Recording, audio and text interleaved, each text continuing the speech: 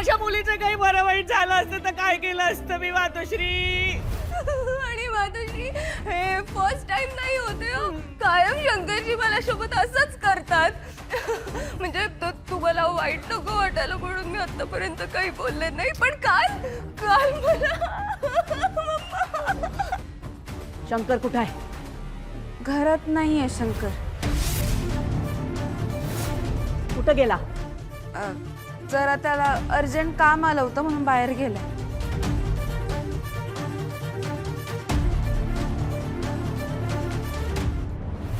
मातोश्री नाही म्हणजे सॉरी,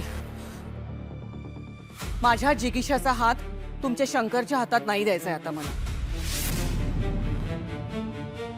नाही नाही म्हणजे तुम्ही मला तसा शब्द दिलाय म्हणून आता तुमच्या शब्दाबाहेर जायचं नाहीये मला. कसं बसं मी स्वतःच्या मनाला आवार घालते.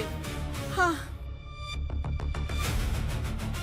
मातोश्री शंकरजी मला खूप इग्नोर करतात.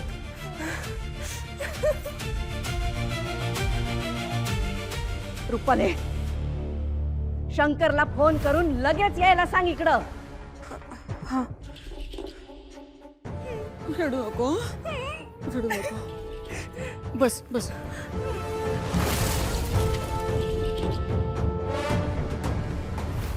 शंकर तू जा आता, तुला लेट होत असेल ना. मी आणि आई येतो दोघी एसटीनं. नाही, दोस्ताची शेवटपत्र साथ द्यायचं ठरलंय आपलं. आई सुखी रा बाळा.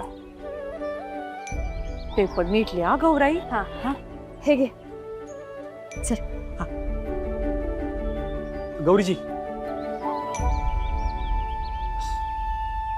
गौरी,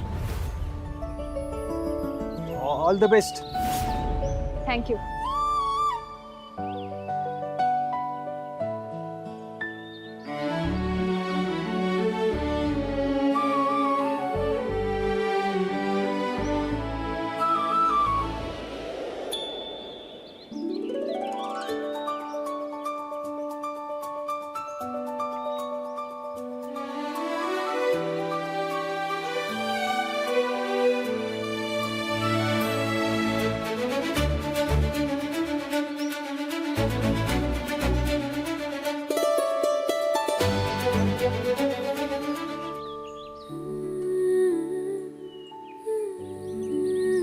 कृष्णा, तुमची पोरगी एक नंबर आहे हा. एकदम हुशार. माझ्या तिन्ही लेकी हुशार आहे. देव बी बघा ना, एवढ्या चांगल्या आणि हुशार लोकांना गरिबीच होती. म्हणजे मी बी गरीबच आहे तसा, पण गरिबी लय वाईट. गरिबी चांगली वाईट असं काही नसतं. गरिबी माणसाला शिकवते, कारण गरिबाची ती गरज असते. श्रीमंताला शिकायची गरज नसते. आणि खरं सांगू का, गरिबी श्रीमंती असं काही नसतं बाळा. आपण किती प्रयत्न करतो ते महत्वाचं असतं. काय झालं? तुम्ही भाडा म्हणलं लय भारी वाटलं. एक मिनिट हा. ताई, अगं एक नंबर निर्णय घेतलाय. म्हणजे कधी एकदा घरी येतो तुला सगळं सांगतो ना, असं झालंय मला. शंकर मातोश्री लई चिडलेत तुझ्यावर. तुला लगेच घरला बोलवलंय. अगं पुण्यात आहे मी, लगेच कसं काय येऊ? थांब जरा संध्याकाळपर्यंत, गौरीजींचा शेवटचा पेपर होते मग येतो. शंकर, जिगीशा आणि रेश्मा मावशी आल्यात घरी. त्यांनी लई भडकवलंय मातोश्रींना. तू ये आता लगेच घरी, गौरीला काहीतरी सांग. शंकरजी मी हे सगळं मातोश्रींना सांगेन. तुला जे काय करायचं ना ते कर. आत्ता माझ्यासाठी फक्त गौरीजींची परीक्षा महत्वाची. शंकरजी, खूप मोठी किंमत मोजावी लागेल. शंकर, या प्रकरणाला वेगळं वळण लागायच्या आधी तू लगेच ये घरला. मातोश्री चिडल्या का काय होतंय तुला माहिती. लगेच निघ.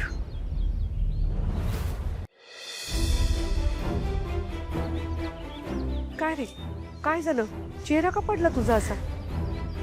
ते काय झालं? अहो, ते आमची आई जरा कडक आहे स्वभावाने. मी उशीर करतोय म्हणून चिडचिड करते. हे बघ, तू घरी जा बाबा. परीक्षेपेक्षा आई महत्वाची. तू जा, मी येतो एसटीनं. जा. या जगात माझ्या आई आणि बहिणीनंतर जर कोण माझ्या परीक्षेची काळजी करणारा असेल ना तर तो शंकरच आहे. आई, त्याच्यामुळं मी परीक्षेला एकदम फ्रेशमध्ये जाणार बघ.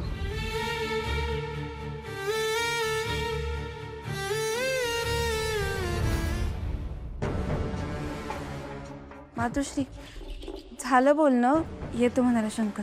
कधी?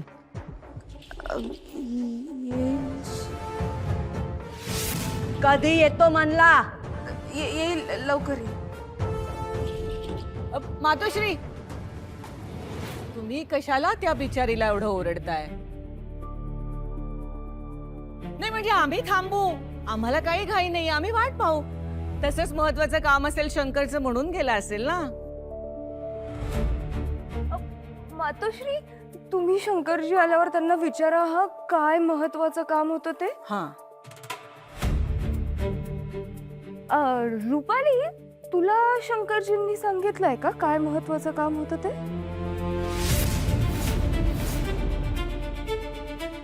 नाही.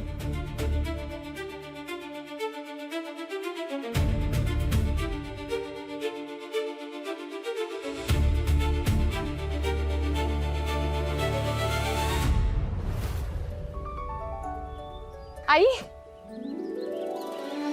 हा आई, पहिला पेपर लय भारी गेला. हा, चांगलं गेलं ना मग. आता दुसरा पण चांगलं जाणार बघा. जाणार की, चांगलाच जाणार. मग माझ्या गौराईनं अभ्यासच तसा केलाय.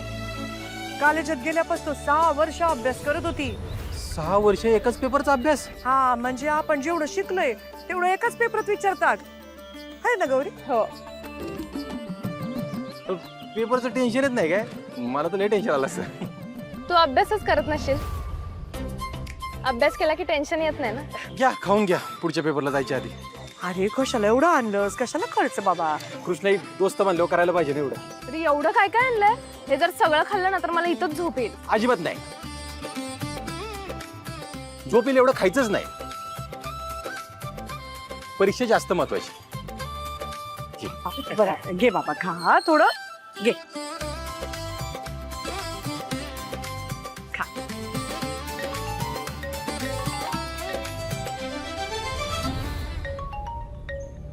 हॅलो, आता आम्हाला मातोश्री म्हणणं पण बंद केलं का शंकर राजे? नाही ते तुम्हीच सांगितलं होतं म्हणून नाही बोललो. वा, चांगलंच आज्ञाधारक झालात की. मग आता आमची आज्ञा समजून लवकरात लवकर तडक घरी यायचं.